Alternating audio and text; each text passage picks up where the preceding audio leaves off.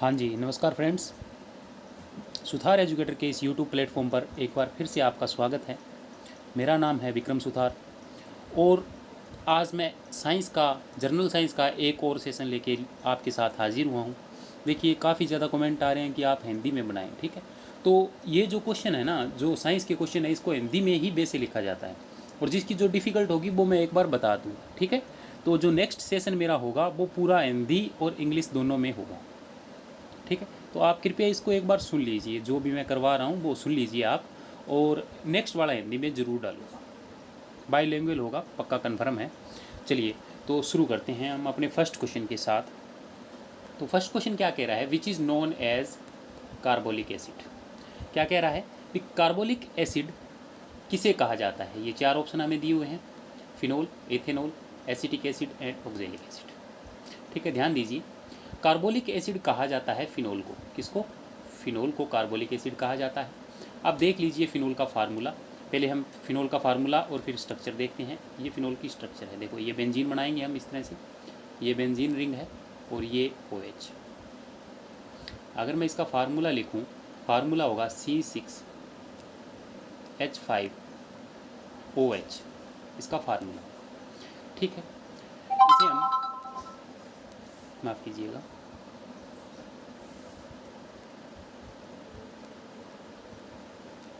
Benzyl alcohol भी कहते हैं, इसे हम बेंजाइल अल्कोहल भी कहते हैं।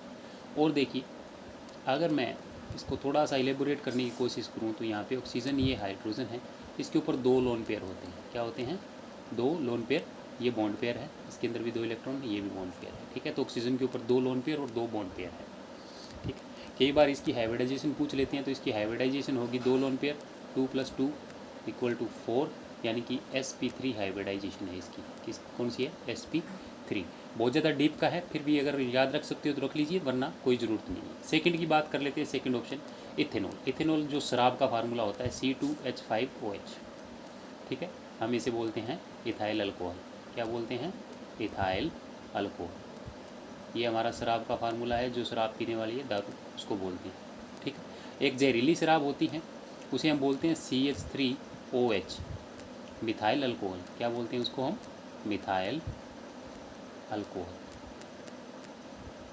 और ये इस मिथाइल अल्कोहल को ही हम डीनेचर्ड स्पिरिट या डीनेचर्ड अल्कोहल बोलते हैं। डीनेचर्ड स्पिरिट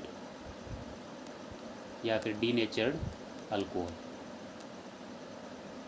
और इसी को ही पिरिडीन के साथ मिक्स किया जाता है। किसके साथ? पिरिडीन के साथ मिक्स करके गाड़ियों में डाला जाता है। पिरिडीन के साथ मिक्स किया जाता है इसको, डीनेचर्ड अल्कोहल को।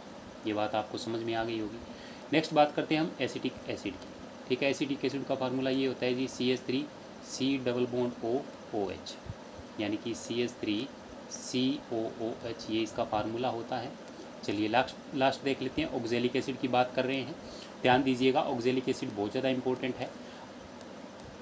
कैल्शियम के साथ ऑक्जेलिक एसिड मिलके बना देता है कैल्शियम ऑक्जालेट।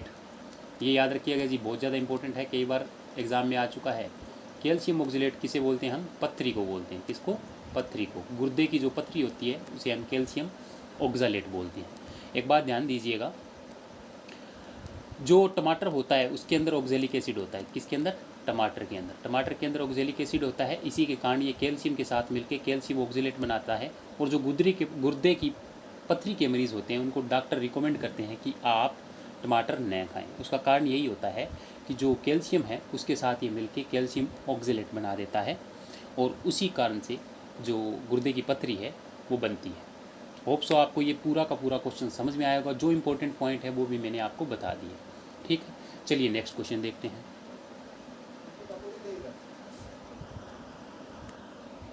हाँ जी, तो नेक्स्ट क्वेश्चन में क्या पूछ रहा है, ये हमें पूछ रहा है which of the following metal is used for galvanisation.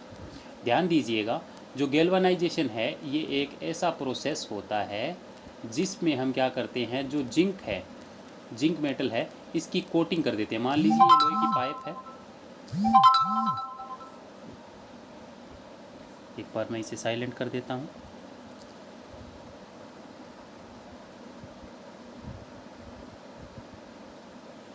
ठीक है, इसके ऊपर क्या है, हम जिंक की कोटिंग कर देते हैं। और इस जिंक की कोटिंग करने के कारण क्या होता है, ये जो है कोरोजन से बच जाता है। किससे? कोरोजन से। ये कोरोजन का मतलब क्या होता है? जंग लगना।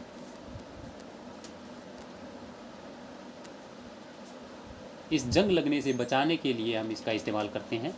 किसका? जिंक का। अब बात कर लेते हैं कॉपर के एटॉमिक नंबर की। तो कॉपर का एटॉमिक नंबर होता है 29 और जिंक का होता है 30। ठीक है, कई बार वो पूछ लेते हैं भी इसका क्या है, तो मैं आपको एक मैंने जिस तरह से याद कर रखी है वो याद रखिए आप। सक टी व कर मन फी को नी क्यू जन। सक्टी वकर मनफी कोनी क्यूजन, सक्टी वकर मनफी कोनी क्यूजन, इस तरह से आप याद रखिए। ये 21 इसका है scandium, 22 titanium,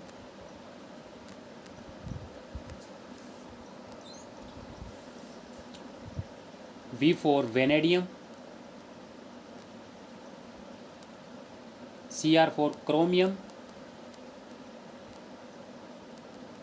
Mn4 manganese, Fe4 iron. और ये लैटिन भाषा फेरम से बना हुआ है। लैटिन का एक वर्ड है फेरम, इससे बना हुआ है आयरन। Co से कोबाल्ट, Ni से निकल, Cu से कॉपर और Zn से जिंक। ये 30 तक होते हैं, याद रखिएगा। 21, 22, 23, 24, 25, 26, 27, 28, 29 और 30, जिंक का 30। ठीक है, होप सो आपको ये पूरा का पूरा समझ में आया होगा। चलिए नेक्स्ट क्वेश्चन देखते हैं। हाँ जी, क्या पूछ रहा है? Which of the following is used as control rods, control rods in atomic reactor.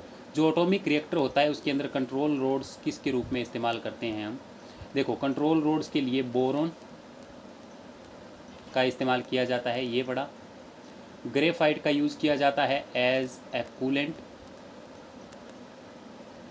In water, water के अंदर चारकोल डाल के भी यूज़ करते हैं। यूरेनियम जो है U-235 एक रेडियो एक्टिव सब्सटेंस है, इसको हम यूज़ करते हैं as a atomic fuel, atomic fuel के रूप में यूज़ होता है। सोडियम है, ये बहुत ही रिएक्टिव मेटल है, इसका फार्मूला होता है जो Na और एटॉमिक नंबर होता है 11। और ये पानी के अंदर पड़ते ही इसके ऊपर आग लग जाती है। क्या लग जाती है? आग लग जाती है जैसे ये वाटर के संपर्क में आता है। क्यों? क्योंकि ये बना देता है NaOH, NaOH ये बना देता है, जिसकी वजह से क्या होता है, पानी में जो है आग लग जाती है। पहले जादूगर आते थे यहाँ पे, अपने गांव में भी बहुत बार आपने देखा होगा कि जो जादूगर आते हैं और वो हाथ में अपने राख लेके आते हैं, और राख के उनके अंदर सोडियम डाला होता है, और जैसे ही वो राख को पानी के अंदर डालते थे, पानी के अंदर आग लग जाती थी। उसका कारण यही होता था, सोडियम। ठीक है, उनके हाथ में सोडियम होता है। अब एक क्वेश्चन ये पूछा जाता है, सोडियम को स्टोर कहाँ किया जाता है? तो सोडियम को याद रखिएगा, सोडियम को स्टोर किया जाता है केरोसिन ऑयल में। किसमें? केरोसिन ऑयल में सोडियम को स्टोर किया जाता है। होप सो आपको ये पूरा का पूरा समझ में आया होगा क्वेश्चन। चलिए नेक्स्ट क्वेश्चन देखते हैं। हाँ जी, पूछ रहा है which of the following is not a radio active element. बिल्कुल, यूरेनियम है, थोरियम भी है, जिसको मैंने बताया था आपको, मोनाजाइट रेत से ये निकाला जाता है, और यूरेनियम 235 का यूज़ होता है। प्लूटोनियम भी है, बट जिरकोनियम नहीं है, जिरकोनियम नहीं है। तो इसका आंसर है डी, जिरकोनियम। ये देखिए, इसको ऐसे याद रखिए आप, ये ज़र नब मोत रकदी रूहे राहे पेंदे अग कोडे। ठीक है, मैंने इसको ऐसे याद रख रखा है। वेनेडियम, यूनेडियम, zirconium, niobium, molybdenum, technetium, rubidium, rhodium, palladium और सिल्वर। सिल्वर का एक लैटिन नेम है, ये याद रखिएगा, अर्जेंटम, अर्जेंटम, अर्जेंटम। ठीक है, ये लैटिन वर्ड से बड़ा हुआ है, कई बार पूछ लिया जाता है, और इसका एटॉमिक नंबर होता है 80। ये याद रखिएगा आप। ये सारे के सारे जो हमारा F ब्लॉक है उसके एलिमेंट है, ये भी आप याद रख सकते हैं, तो रख लीजिए। ठीक है, नेक्स्ट चलिए हम क्वेश्चन करते हैं 5th। काफ़ी इंपॉर्टेंट क्वेश्चन है जी। सीधा पूछा गया, सोडा वाटर की खोज किसने की थी? तो सोडा वाटर की खोज की थी इसने जोसेफ प्रिस्टली ने, पेट्रू पोनेरू ने नहीं की थी, जोसेफ प्रिस्टली ने इसकी खोज की थी। और ये जो सोडा वाटर है इसको हम कार्बोनेटेड वाटर भी कहते हैं। क्या बोलते हैं इसको हम? Carbonated water. H2O फार्मूला होता है वाटर का, कार्बोनेटेड वाटर कहते हैं। ठीक है, एक बात ध्यान दीजिएगा, जितने भी हम कोक वगैरह पीते हैं, कोक होगी, कोका कोला, उन सब के ऊपर लिखा होता है कार्बोनेटेड वाटर।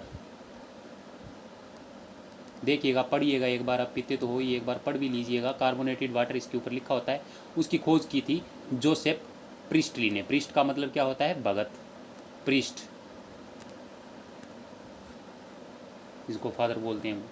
ठीक है, और इसमें कौन सी गैस एडिड की गई होती है? CO2, carbon dioxide. याद रखिएगा, कार्बन डाइऑक्साइड। और अगर हम इसकी स्ट्रक्चर की बात करें तो लीनियर स्ट्रक्चर होती है कार्बन की, 2 double bond 2 single bond, 2 double bond होते हैं इसके अंदर। ये इसकी स्ट्रक्चर होती है।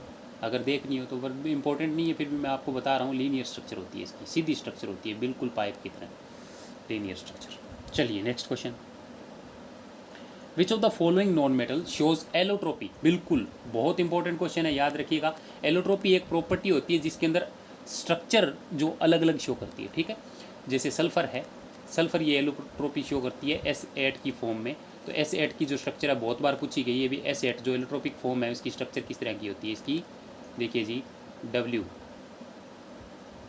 क्राउन टाइप की स्ट्रक्चर होती है, इसको हम बोलते हैं क्राउन, ताज, क्राउन टाइप स्ट्रक्चर। ये देखो एक S यहाँ पे, 2 3 4 5 6 7 और 8, ये सारे के सारे हो गए। ठीक है, तो याद रखिएगा लिक्विड स्टेट में जो एलोट्रोपी शो करते हैं वो सल्फर शो करती है। ठीक है, ओके। नेक्स्ट क्वेश्चन देखिए।